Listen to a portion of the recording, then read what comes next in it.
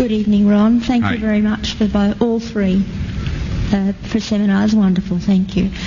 My question is that you said that you had the blood of our Lord examined by the Israelis. That's correct. What was their determination of that? Okay. Now, we won't be able to take second questions. I'm sorry if you're on your second one. Please just step out. I love you, but we're running out of time.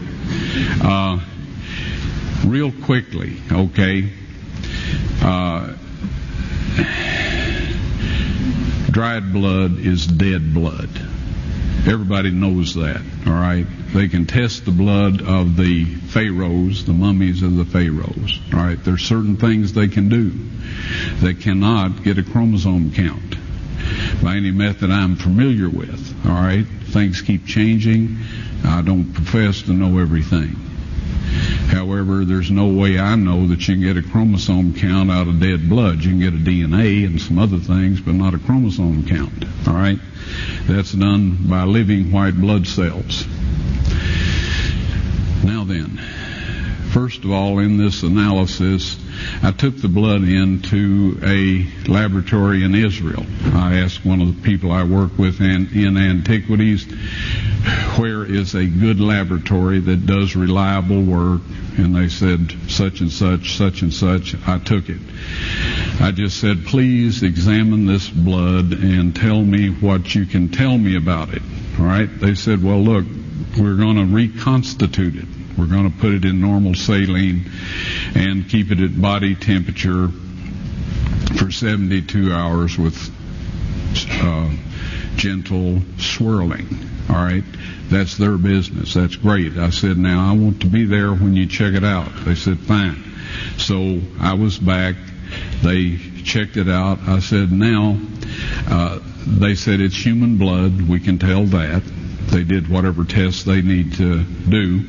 And then I said, take some of the white blood cells and put them in a growth medium and keep them at body temperature for 48 hours. And they said, well, that'll do no good because it's dead blood. I said, would you please do that for me? And they said, okay, we'll do it. So anyway, I said, I want to be there when you take it out and examine it. So I was back there. They took it out, examined it under a microscope, and the one technician called the other one over there, and then they called the boss over there, and they were talking Hebrew a mile a minute there for a little bit, and they looked at me and they said, Mr. Wyatt, this human blood only has 24 chromosomes in it. Everybody else has 46. You see, 23 from your mother, 23 from your father, 22 autosomes from your mother, 22 autosomes from your father. You get an X from your mother, you may get an X or a Y from your father. All right? This blood had 23 chromosomes from the mother's side, one Y chromosome only. You see, a child could not have developed if they hadn't had the autosomes from the mother. So all of his physical characteristics were determined by his mother's side of the family, her autosomes. His maleness was determined by this one Y that came from a source, not a human male. Then they said, this blood is alive. And then they said, whose blood is this?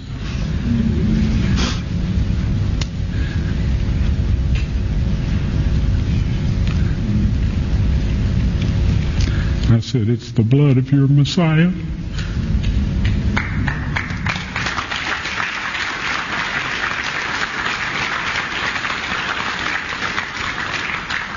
And I assure you, those men's lives have changed.